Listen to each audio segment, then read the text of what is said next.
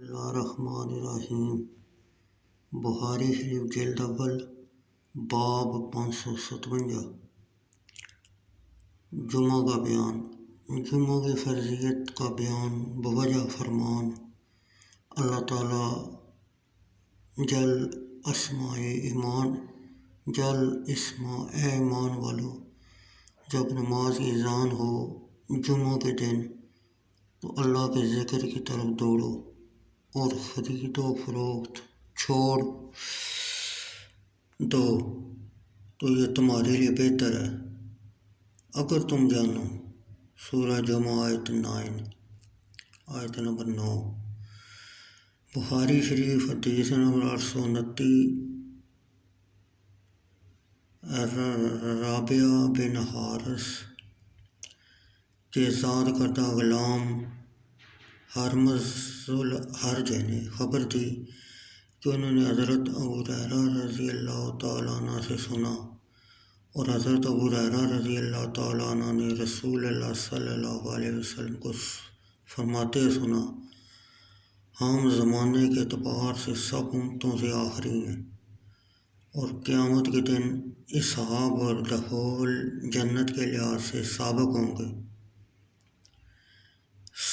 سوائے اس کے وہ ہم میں سے پہلے خطاب دیے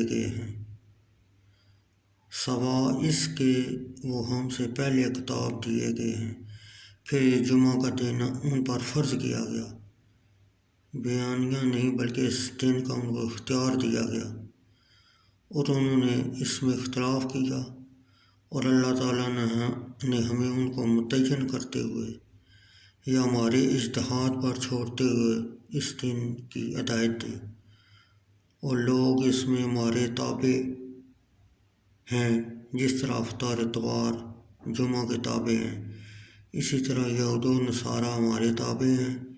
یہود کل ہفتہ کی تعظیم کرتے ہیں اور نصارہ کل کے بعد اتوار کی تعظیم کرتے ہیں۔ بخاری شریف جلد اول حدیث نمبر 831۔ حضرت عبداللہ بن عمر رضی اللہ تعالیٰ عنہ روایت کرتے ہیں کہ عمر بن خطاب رضی اللہ تعالیٰ عنہ جمعہ کے دن کھڑے ہو کر جمعہ کا خطبہ ارشاد فرما رہے تھے۔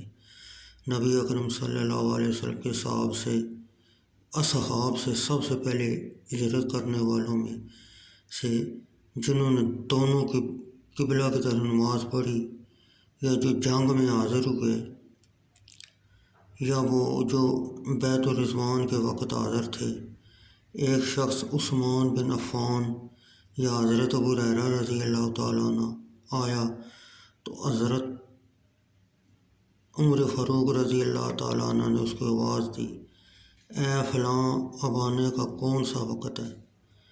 اس شخص نے عرض کیا، میں کسی کام میں مشغول تھا، میں گھر بھی نہیں گیا حتیٰ کہ امام کے سامنے دوسری اذان سنی، اور وضو کے سوا اور کچھ بھی نہیں کیا۔